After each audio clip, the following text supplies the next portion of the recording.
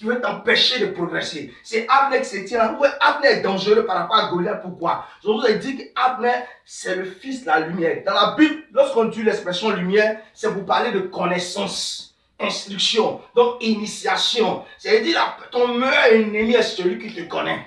Ton meilleur ennemi est celui qui connaît les stratégies de guerre. Abner sait comment David fonctionne.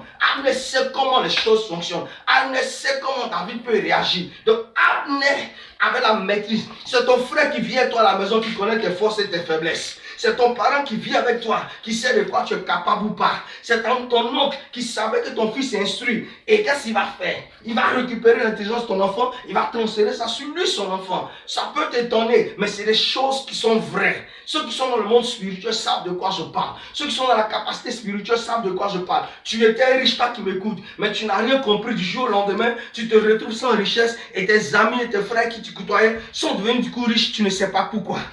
Tu ne sais pas, tu n'arrives pas à expliquer. Il y a un Abner qui travaille dans le secret contre toi. Il y a un Abner qui œuvre contre toi. Mais je t'annonce qu'au nom de Jésus de Nazareth, il tombera ce soir. Il tombera ce soir. Au nom de Jésus de Nazareth. Donc Abner tient ferme.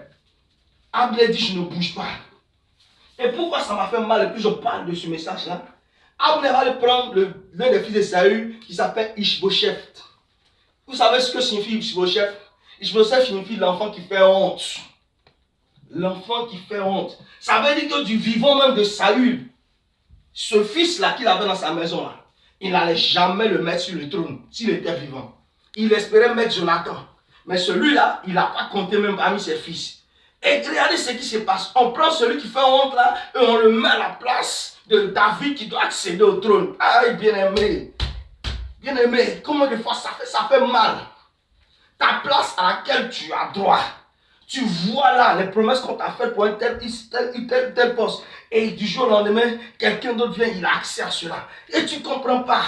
Tu ne sais pas comment tu vas expliquer. Le champ de palmerin que ton papa t'a laissé, tu ne comprends pas. Le fils de ton oncle qui est un vaurien, qui aime se promener, qui aime faire n'importe quoi. C'est lui on donne pour gérer. Il dispose de l'argent auquel vous avez droit comme il veut. Il fait ce qu'il veut. Et tu ne sais pas ce qu'il faut faire. Quand tu veux parler, on te menace de mort. Quand tu veux parler, on te menace de justice. Quand tu veux parler, on te menace de sorcellerie. Quand tu veux parler, tu as toutes sortes d'influences, des sorts, des maladies. Souvent, tu peux te retrouver paralysé. Des accidents à ne point comprendre. Tu ne sais pas ce qui t'arrive. Au moins, même, on va jusqu'à même ce qui est grave.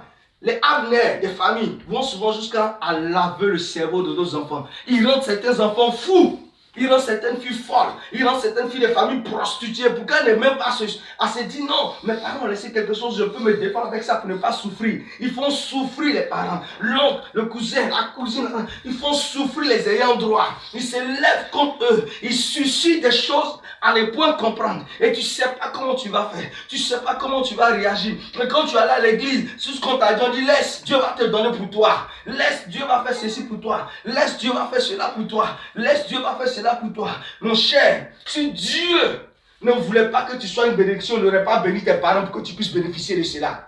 Il y a des enseignements qu'on a donnés à des chrétiens qui souffrent. Voilà, tu es un chrétien, tu es une chrétienne. Tes parents, les moyens ont des sociétés. Ils veulent t'embaucher et on vient te dire laisse, Dieu va te donner pour toi. Mais si tes parents en société, c'est parce que si tu as des diplômes, ils puissent t'utiliser pour travailler. C'est qu'elle a fait de laisse, Dieu va te donner pour toi. On a pris certains enseignements, on a laissé les gens profiter de nos biens, disposer de nos biens, faire de nous ce qu'ils veulent. Je refuse cela sur ta vie au nom de Jésus-Christ de Nazareth. Abner est là. Abner ne veut pas bouger. Et Dieu dans sa grâce, je regarde quelqu'un, Dieu dans sa grâce, va commencer à réfléchir. Dieu dans sa grâce va dire, on est en train d'entrer dans la 7e année. Or en Israël, lorsqu'on arrive à les 7 ans, chaque 7 ans, il y a ce qu'on appelle le phénomène du relâchement. Si tu es un esclave hébreu chez toi, tu dois le relâcher. Si tu as pris quelqu'un pour te servir, arrivé à la 7e année, tu dois le relâcher. Et Abner ne savait pas, malgré sa stratégie de sorcier, sa stratégie de mystique, il ne savait pas ce que Dieu préparait secrètement. J'annonce à quelqu'un, je déclare sur la vie de quelqu'un, qu'il y a un miracle qui se prépare pour toi. La personne qui est positionnée pour t'empêcher d'avancer, ce n'est pas ce qui arrive. Il y a une puissance qui vient derrière lui. Il y a une situation que Dieu se prépare à provoquer pour humilier tes ennemis. Il y a une situation que Dieu se prépare à provoquer pour te restituer ce dont tu as droit. Et ma Bible dit, Abner, c'est pas ce qui s'est passé. Il y a un esprit de confusion.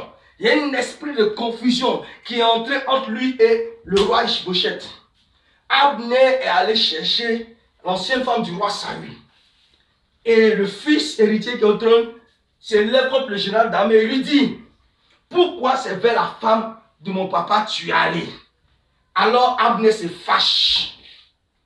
Abner se fâche et il dit, ah bon, tu me fais des reproches, moi qui tiens pour la maison de Saül? Je veux dire à quelqu'un, le même esprit de confusion qui est entré pour diviser Abner et le roi qui bloquait l'entrée de David, je regarde autour de toi, je regarde derrière toi, je regarde devant toi, je regarde dans le carrefour et je vois un esprit de confusion qui arrive pour confondre tes ennemis, pour confondre le sorcier qui se tient devant toi, pour confondre celui-là qui t'empêche d'avancer, pour confondre le patron qui veut t'humilier, pour confondre tes collègues qui veulent t'humilier, pour confondre les membres de ta famille qui se moquent de toi. Tu es leur objet de raillerie, mais un esprit de confusion que Dieu envoie contre tes adversaires. L'esprit qui a confondu Ishbosheth et Abner. Et Ishbosheth s'élève, et Abner s'élève. Abner dit, ah bon, toi petit roi là, tu sais pas que c'est à cause de moi tu es là? Et tu veux me faire des reproches. Ok, ce que je vais vous dire là, je veux qu'on lise le verset 9. Je veux qu'on lise le verset 9 parce que je veux te faire comprendre quelque chose. Ouais, le verset 9 dit quoi? Abner dit que Dieu traite Abner dans toute sa rigueur si je n'agis pas avec David selon ce que l'Éternel a juré à David en disant qu'il fera passer la royauté de la maison de Saül dans la sienne et qu'il établira le trône de David sur Israël et sur Juda. Abner dit quoi? Que comme il y a maintenant m'entendant eux, il va faire ce que Dieu a dit. Dieu a donné une promesse à David. Et il dit au roi, je jure moi Abner, que de faire ce que Dieu a promis à David. Dieu avait dit à David, Dieu a transféré la royauté à David. Dieu a enlevé ça dans la main de Saül pour transférer ça à David. Pourquoi l'expression transfert? Bien aimé, ça veut dire enlever pour donner à quelqu'un d'autre. Transférer. Ça vous dit quoi? Les sorciers sont capables de transférer l'intelligence de ton enfant sur l'intelligence de quelqu'un d'autre. Ils sont capables de transférer la connaissance, la victoire, l'étoile de quelqu'un, la gloire de quelqu'un, transférer ça pour remettre à quelqu'un d'autre. C'est ce qui se passe dans le monde spirituel. C'est un changement. Un changement. Ils sont capables de transférer. Mais à partir de ce soir, je déclare tout transfert qui a été fait sur ton enfant, tout transfert qui a été fait sur ton rêve, tout transfert qui a été fait sur ta destinée. Depuis longtemps, tu devais te retrouver en Europe. Depuis longtemps, tu devais te retrouver en train de travailler. Et tu continues de traiter parce qu'il y a eu un transfert. Quelqu'un qui n'a pas droit à cette place-là a reçu cette grâce de la part d'un sorcier, de la part d'un démon pour avoir accès au poste qui t'est destiné. Mais à partir d'aujourd'hui, je renverse toutes choses, je rétablis toutes choses dans le nom de Jésus-Christ de Nazareth. Et ma Bible dit, quand Abner a dit ça, Abner dit, si je ne fais pas en sorte que David ait accès à la promesse que Dieu lui a dite. Vous voyez pourquoi les Abner sont mauvais? Les Abner sont plus dangereux que les Goliaths. Goliath, s'il savait que David avait été oint, si Goliath savait que David avait été le choix de Dieu, Goliath aurait certainement changé sa stratégie de guerre. Et ça aurait été pas facile peut-être pour David de le vaincre. Mais Goliath ne savait pas, il a été tué aisément par la puissance de Dieu. Mais Abner savait qui était David. Abner connaissait la promesse qui était sur la tête de David.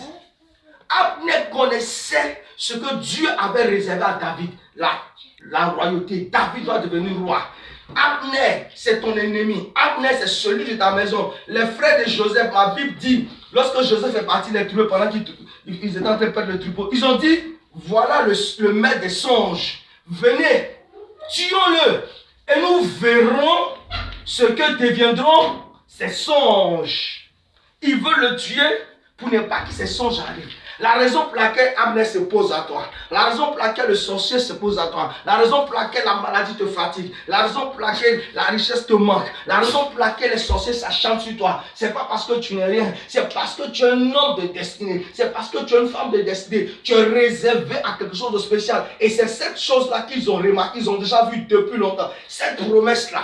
Et ils refusent que tu aies accès à ta promesse. Abner dit, ce que Dieu avait déjà promis à David là, aujourd'hui là, je vais l'aider à avoir ça. Je déclare qu'au nom de Jésus-Christ de Nazareth, Tout toi qui écoutes ce message, toi qui m'entends parler, quel que soit l'endroit où tu es, il y a une promesse sur ta vie et quelqu'un s'amuse à t'empêcher d'avancer. Quelqu'un s'amuse à te faire tourner en rond. Quelqu'un s'amuse à t'empêcher de progresser. Tu es au même stade, la vie n'évolue pas. Mais je déclare au moment où tu m'écoutes,